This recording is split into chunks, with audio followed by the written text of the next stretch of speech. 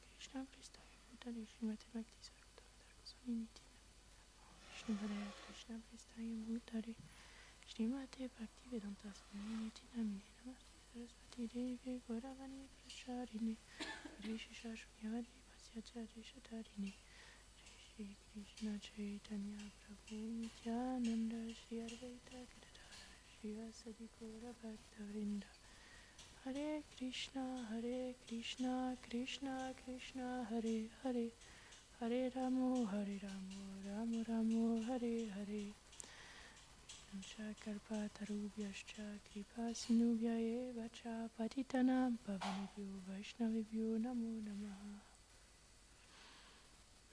Haribol.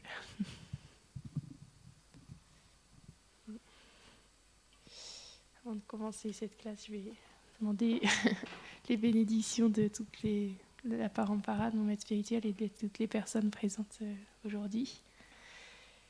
Et on va commencer par lire un verset du Bhagavatam. Donc,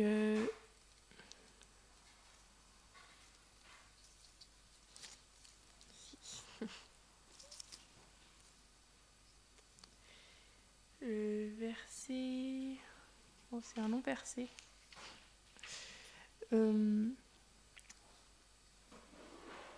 Page 284, verset 42, chapitre 9.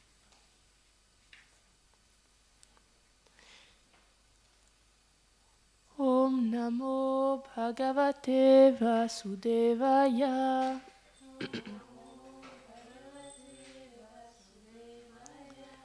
Om Namo Bhagavate Vasudevaya.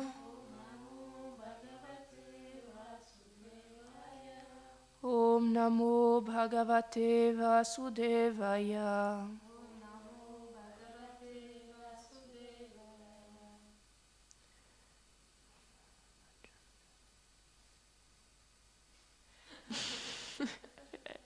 How am I supposed to pronounce?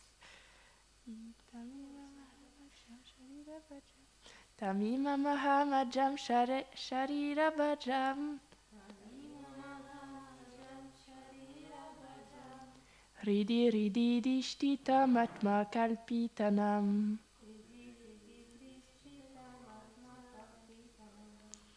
Pratidrishamiva Naikadharkamekam. Samadhigatosmi Viduta Vedamoha.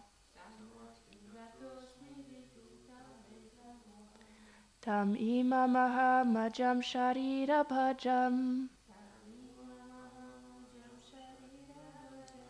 Hridi dishtita matmakalpitanam. Pratidrishamiva naikadharkameta ekam. Samadhigatosmi Viduta Vedamoha.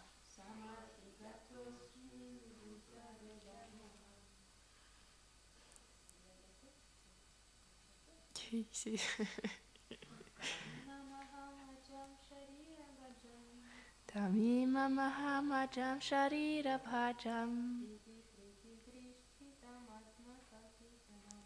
Hridi Dishtita Matma Kalpitanam.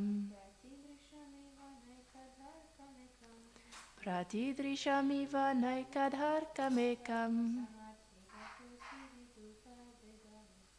Samadhigatosmi Viduta Vedamoha.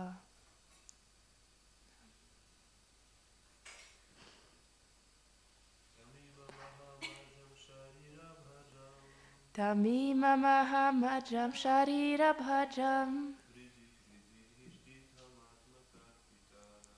Hridi Dishtita Matma Kalpitanam.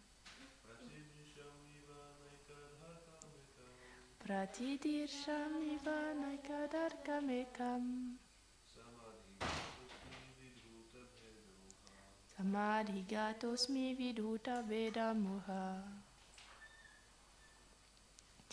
Tout comme un soleil se reflète et apparaît différent dans différents pots d'eau, l'âme suprême, présente dans le cœur de tous les êtres, apparaît différente pour une personne ignorante spirituellement. Je me suis débarrassée de cette idée insensée, de cette dualité, et maintenant je réalise que l'âme suprême est l'aspect partiel du Seigneur Krishna. Bien qu'inconnu des êtres, il fit pourtant son apparition transcendantale en ce monde. Je prends un refuge absolu en lui avec une profonde dévotion. Commentaire. Srila Vishwanath Chakravarti Thakur dit: pourquoi t'adresses-tu au Seigneur d'une façon indirecte avec des mots comme Vijay Saka Vijaya Rata Kutumba Meratir Astu? Permets-moi d'avoir une dévotion sans mélange pour toi, Krishna, l'ami d'Arjuna. Versets 1, 9, 33. Et Charanarati Paramasya Tasya Mestu. Puissais-je avoir une dévotion sans mélange pour les divins pieds du Seigneur suprême. 1, 9, 36. Et Sabhavatu me Bhagavan Gatir. Puisse Krishna devenir mon ultime destination. 1, 9, 38. Ce verset répond à cette question, indiquant que Bhishma désire que le Seigneur devienne le conducteur de son char. Srila Vishwanath Chakravarti Thakur cite Bhishma. J'ai atteint ce Seigneur qui est le conducteur du char d'Arjuna, tenant un fouet et des rênes dans ses mains. Il est maintenant apparu dans mon cœur. Mais cette forme du Seigneur en tant que conducteur de char est différente de son aspect en tant que l'âme suprême. Aussi, parce que ce conducteur de char est entré dans mon cœur dans cette forme, n'est-il pas possible que son aspect de l'âme suprême s'y manifeste maintenant? Shri Krishna se manifeste en de nombreuses émanations plénières, et émanations de ces émanations plénières comme son aspect de l'âme suprême présente en chaque être. Sous cette forme, il maintient la création, accompagne les âmes incarnées et les guide dans leur périple au sein de l'univers matériel. Elles peuvent, sous l'approbation de l'âme suprême, accepter un autre corps selon leurs désirs et leurs actes passés. Un yogi peut, par la pratique du yoga, réaliser cet aspect localisé du Seigneur et être situé dans une relation de neutralité avec lui en tant que le Créateur Shantaras. Pour un dévot, le Seigneur se révèle dans sa forme primordiale de Krishna, présente dans sa demeure éternelle, car à travers celle-ci, il peut dévoiler à son dévot les doux sentiments qui les unissent éternellement. C'est pourquoi, lorsque la forme de Krishna apparaît dans le cœur d'un dévot, son aspect partiel n'apparaît pas. En réalité, la forme de Krishna comprend tous les autres aspects. Bhishma dit: bien qu'il apparût à mes yeux dans cette forme à ce moment de la bataille, même avant la bataille, il était déjà en mon cœur, à cause de mon désir spontané. Il est non né parce qu'il a toujours été visible à moi. Ici, Bhishma révèle que la relation qui l'unit à Krishna est toujours manifestée. Il l'accompagne dans chaque univers pour assister à ses divertissements. Or, bien que Bhishma apparaisse bien avant lui comme son aïeul, cette forme du Seigneur est toujours manifestée dans son cœur. Bhishma poursuivit: je sais que la forme de Krishna en tant que conducteur de char et celle à 4 bras à Dvarka ne sont pas différentes. Le soleil apparaît dans le ciel à différentes personnes comme n'étant pas un mais multiple, parce qu'il est au-dessus de la tête de chacun. Par une telle vision, le soleil semble multiple. De la même manière, parce que le Seigneur manifeste différentes formes, il peut apparaître aussi multiple, mais ceci n'est pas vrai, il est un. Bhishma est libre d'une telle vision erronée.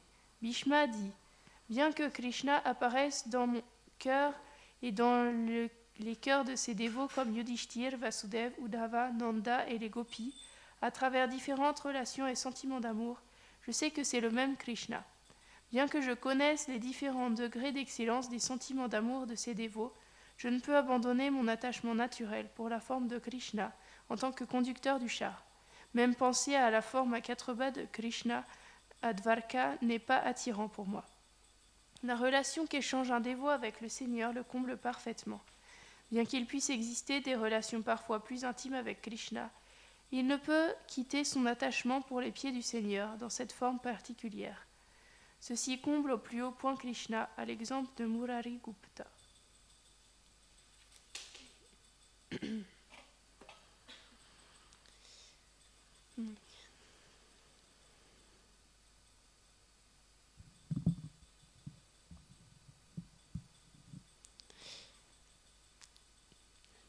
ça correspond pas vraiment à la classe que je voulais donner.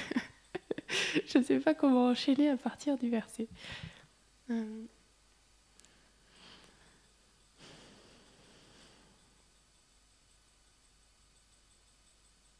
tout cas, là, ce qu'on peut voir aussi déjà, c'est que quand on a cette vision de Krishna, on voit l'univers d'une manière complètement différente.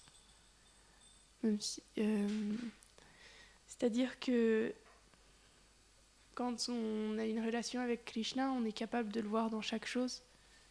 Donc de faire de chaque action, de lui offrir chaque action, de le voir en chaque personne, en chaque chose qui arrive, en chaque événement dans sa vie. On est capable de le voir. Oui, c'est vraiment une vision différente du monde matériel, là où au lieu de voir simplement soit le hasard ou c'est le hasard dans lequel on croit le plus généralement dans ce monde matériel, en tout cas en ce moment. On voit Krishna, une fois qu'on a quand même une certaine compréhension, on peut comprendre que Krishna, il est présent à travers chaque instant, à travers chaque être et à travers tout ce qui nous arrive. Et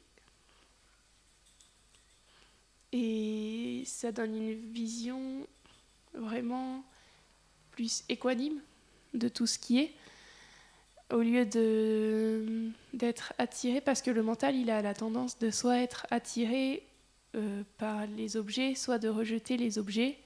Il aime quelque chose, il va ne pas aimer autre chose, il va désirer quelque chose, il va vouloir repousser d'autres choses. Et donc, cette tendance-là, lorsque Krishna vient dans le... Enfin, cette tendance-là, elle est complètement balayée lorsqu'on a la vision que Krishna est... Lorsqu'on a la vision que... je dis pas que j'en suis là, mais simplement, on entend les dévots parler lorsque Krishna vient dans son cœur, on est capable d'avoir une vision équanime sur tout. Donc, peu importe le bonheur, le malheur, peu importe l'abondance ou la misère, peu importe la tristesse, la joie, c'est pareil que le bonheur et le malheur, mais on est capable de faire de chaque situation une nouvelle opportunité de servir Krishna. Et c'est intéressant parce qu'on peut voir que quand on n'a pas cette vision et qu'on rentre dans la dévotion, on peut avoir une tendance aussi à ne pas, à vouloir se détacher comme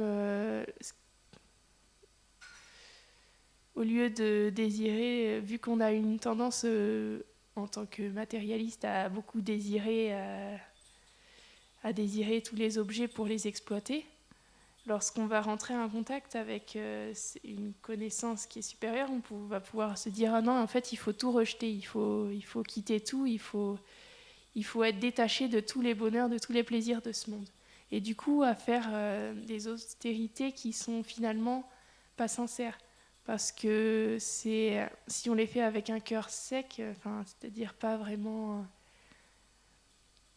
pour servir Krishna, à ce moment-là, elles peuvent avoir un effet inverse sur notre propre personne.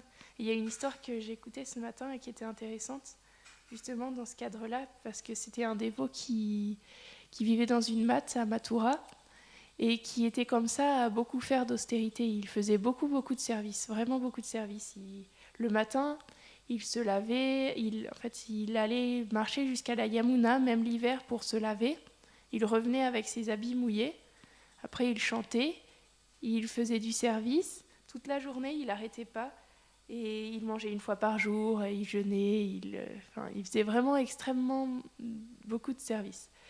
Et il voyait que les autres dévots ne faisaient pas autant que lui. Alors il a commencé à les critiquer. Et un jour, il leur a dit « Oh, vous mendiez au Vrajbasi, mais vous ne les servez pas. Alors en fait, au lieu de rester ici, il vaudrait mieux que je prenne un rickshaw, que je prenne un travail et que j'ai de l'argent pour pouvoir servir les Vrajbasi. Et c'est ce qu'il a fait. Il est parti en rickshaw, il a travaillé, il a servi les Vrajbasi. Et son maître spirituel, il est allé le voir au bout de quelques temps. Il vivait dans une hutte près de la Yamuna. Et lorsqu'il est allé le voir, il y avait une Mataji qui était pas loin, qui se baignait dans la Yamuna. Et du coup, son maître spirituel, il lui a demandé « Ah, mais tu n'es plus Brahmachari maintenant ?»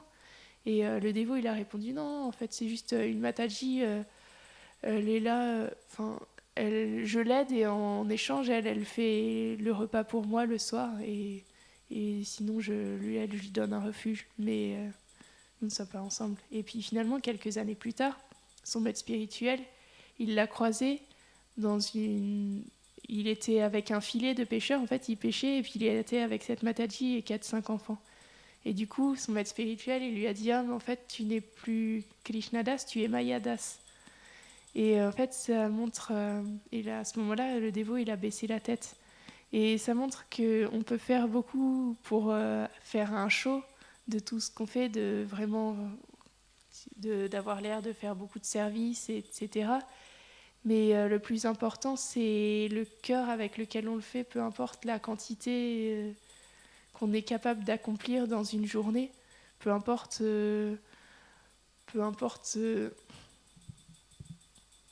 si qu'on soit tout le temps... Oui, peu importe la quantité de services qu'on fait dans la journée, ce qui est vraiment le plus important, c'est l'esprit dans lequel on est durant cette journée. Si dans ce service, si on accomplit ce service seulement pour gonfler notre ego, ce qui est vraiment un risque, c'est facile de tomber de ce côté-là en fait. Mais si on fait ça, à ce moment-là, ça ne peut pas nous aider à développer la bhakti, puisque la bhakti, ça veut dire le service intérieur, c'est une attitude intérieure plus qu'un show extérieur. Alors que si on fait moins de services, mais enfin, je dis pas qu'il faut rien faire, mais si on est capable de faire moins, mais qu'on le fait avec cœur, à ce moment-là, Krishna, il prendra en compte ce service de milliers de fois plus que quelqu'un qui fait beaucoup, mais qui ne met pas son cœur dans ce qu'il fait. Et de cette manière, on sera capable de tout engager, toutes nos actions quotidiennes. En fait, il ne nous manque pas grand-chose, on a tout ce qu'il faut. Il y a juste à mettre le cœur dans ce qu'on fait, à vraiment le faire pour Krishna. Et on a déjà réussi, on est au but, puisque le but c'est de servir Krishna. Il suffit juste de changer notre vision, notre attitude, notre vision des choses. Et on a déjà tout ce qu'il faut ici. Il y a Krishna qui est là, on vit dans le palais de Nanda Maharaj. on a de quoi s'occuper pour un moment. Et il y a vraiment tout ce qu'il faut. On a le service, on a les Vaishnavas, on a la connaissance des Védas de Krishna qui est venue sous la forme du Bhagavatam, de la Bhagavad Gita. On a tout ce qu'il faut. Seulement, la seule chose qui manque, c'est la bonne attitude en fait. La seule chose à changer pour que ça marche, c'est l'attitude qu'on a envers tout. Et aussi, on peut voir aussi cette austérité-là à travers on peut tout engager, même Krishna, il nous a même permis de pouvoir engager une fonction qu'on est obligé d'accomplir, c'est-à-dire se nourrir. Mais lui, il nous a permis de prendre prashad. Donc, de faire du fait de se nourrir une activité spirituelle. Et c'est incroyable en offrant sincèrement la nourriture, en cuisinant pour Krishna, en offrant cette nourriture à Krishna, cette nourriture, elle devient spirituelle, elle devient du prashad. Et lorsqu'on prend ce prashad, à ce moment-là, il a un pouvoir énorme qui s'opère sur nous. Le prashad, on sait qu'il purifie parce que c'est la miséricorde. Donc, il est là pour nous aider à développer cette bhakti et il rend heureux, et il rend plus fort spirituellement et corporellement aussi, et plus paisible. Et il élève l'intelligence, donc c'est vraiment une miséricorde particulière qu'on a. Et il suffit simplement d'offrir et de prendre, d'offrir la nourriture à Krishna, au Vaishnav, et de prendre les restes. Et il y a une histoire comme ça sur le prashad que j'écoutais ce matin aussi. C'est qu'un jour, après le sacrifice Rajasuya, les Pandavas, le sacrifice c'était important dans les rituels parce que c'était, là je crois que c'était pour les ancêtres, pour qu'ils puissent avoir une bonne destination, etc. C'était vraiment des étapes importantes. Aujourd'hui, dans cet âge-là, le sacrifice, c'est le chant du Saint-Nom, mais là c'était au Dvapara Yuga. Donc c'est ça, dans cet âge-là, c'est la manière de développer la dévotion, on va dire. C'était les sacrifices. Et là, les Pandavas avaient fait un sacrifice Rajasuya. Et après, dans ce sacrifice, Krishna, il y avait une cloche, et Krishna leur avait dit que si la cloche sonnait, alors c'est que le sacrifice était réussi. Mais pour ça, il fallait déjà, Krishna, il avait lui-même lavé les pieds de toutes les personnes. Il avait désiré laver les pieds de tous ceux qui avaient dans l'assemblée. Donc Krishna, le Seigneur suprême lui-même, lave les pieds de tout le monde dans l'assemblée. On pourrait trouver ça étrange que le Seigneur lave les pieds de tout le monde, mais en fait, ça montre vraiment l'attitude aussi. Encore une fois, il nous montre un exemple parfait, parce que déjà, parce que malgré le fait qu'il ait lavé les pieds de tous, ça n'enlevait rien à sa grandeur, au contraire, parce que tout le monde le reconnaissait comme le Seigneur suprême aussi. Même, c'est pas parce qu'il a fait ça que ça l'a rabaissé, au contraire. Et le dévot qui parlait, il expliquait dans sa classe que c'est en fait le gourou, le véritable gourou, c'est celui qui voit en chaque être un gourou. Donc du coup, qui voit en chaque être un maître spirituel, donc qui sert tous les êtres, quoi. Et donc après qu'il ait lavé les pieds de tous, ils avaient aussi donné du prashad à tout le monde.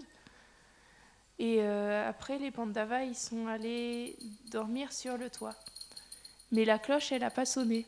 Alors Krishna, il a dit, bon, il doit y avoir un problème, il y a quelqu'un qui n'a pas été satisfait, il y a quelqu'un qui n'a pas pu prendre prashad. Alors ils se sont mis à chercher partout, et finalement, ils ont trouvé une personne qui n'avait pas pris prashad. Alors Draupadi, elle a cuisiné, et puis ils ont pris le prashad et ils lui ont offert. Et lui, il a tout mélangé, il a pris, il a pris prashad comme ça, en mélangeant tout, en faisant une sorte de kitri. Et après, il est reparti. Mais toujours, la cloche, elle sonnait pas. Du coup, Krishna, il a dit, oh, il y a toujours quelque chose qui ne va pas. Je pense qu'il y a quelqu'un qui devait avoir une mauvaise mentalité en lui donnant le prashad, la nourriture. Et alors, il leur a demandé aux Pandavas, et il y a Draupadi qui a répondu, oui, en fait, moi, j'ai eu une mauvaise pensée, c'est que quand il a tout mélangé, j'avais fait plus de 50 préparations différentes, et lui, il a tout mélangé. Je me suis dit que c'était une personne de basse classe, de basse intelligence, pour tout mélanger comme ça et prendre comme, alors que j'avais passé des heures à cuisiner des mets des mets savoureux différents. Et à ce moment-là, Krishna, il a dit qu'il fallait le rappeler. Et de nouveau, il est venu et il a pris prashad, et tout le monde lui a donné avec la bonne mentalité. Et la cloche, elle a sonné, donc le sacrifice, il a été réussi. Donc là encore, ça montre que l'attitude, déjà, elle est extrêmement importante, parce que seulement le seul fait que Draupadi, elle ait donné le prashad avec une mauvaise mentalité à une personne dans l'assemblée, alors qu'il y en avait, je ne sais pas combien il y en avait, mais ça devait être une grosse assemblée, parce que c'était juste une seule personne avait suffi, le fait d'avoir donné de la mauvaise manière le prashad à une seule personne a suffi à ce que le sacrifice ne soit pas valable. Et même lorsqu'il est revenu, c'est simplement que Draupadi, juste le fait qu'elle soit vexée en quelque sorte. Bon, c'est un divertissement encore parce que Draupadi c'est une grande dévote de Krishna. Mais ça avait annulé l'effet du sacrifice. Et aussi, ce qu'on peut voir, c'est que il avait aussi une attitude parfaite, cette personne, en fait. Même, on peut se dire, c'est bizarre de tout mélanger, encore une fois, mais quand on voit le prashad comme Krishna, alors on ne fait pas de différence. On prend le prashad comme la miséricorde de Krishna, alors pourquoi pas tout mélanger, puisque c'est la miséricorde.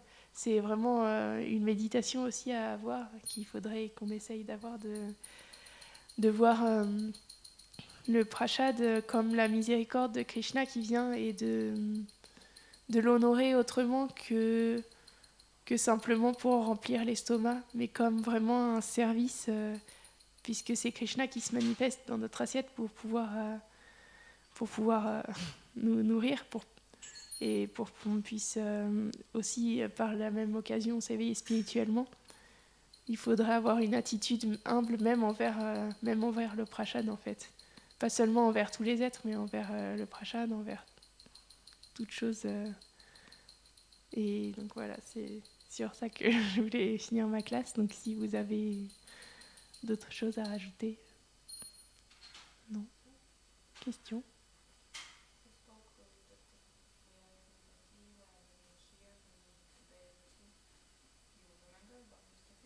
Yes.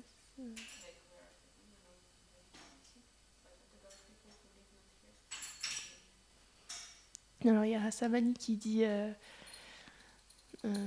qui a posé une bonne question. C'est que oui, nous on est ici, on vit ici, on n'a pas besoin de faire grand chose, juste l'attitude, je disais ça tout à l'heure.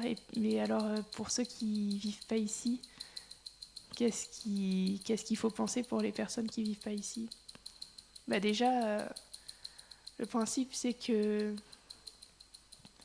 dans l'âge de Kali, on est dans un âge extrêmement miséricordieux. Et c'est pas parce qu'on vit pas ici déjà qu'on peut pas atteindre cette même réalisation et cette même dévotion dans notre cœur, puisque encore une fois, c'est l'attitude qui compte, c'est pas le lieu où on vit. Donc on peut vivre à côté de Krishna et passer à côté, alors qu'on peut vivre à des kilomètres et des kilomètres d'un temple, être tout seul perdu, et puis pourtant avoir Krishna dans son cœur et accomplir chaque action pour lui, sans accomplir chaque action pour lui, même si on n'est pas vraiment associé directement à un temple, ou même si on ne vit pas constamment. Après, ce qui est un principe important, c'est l'association. Donc,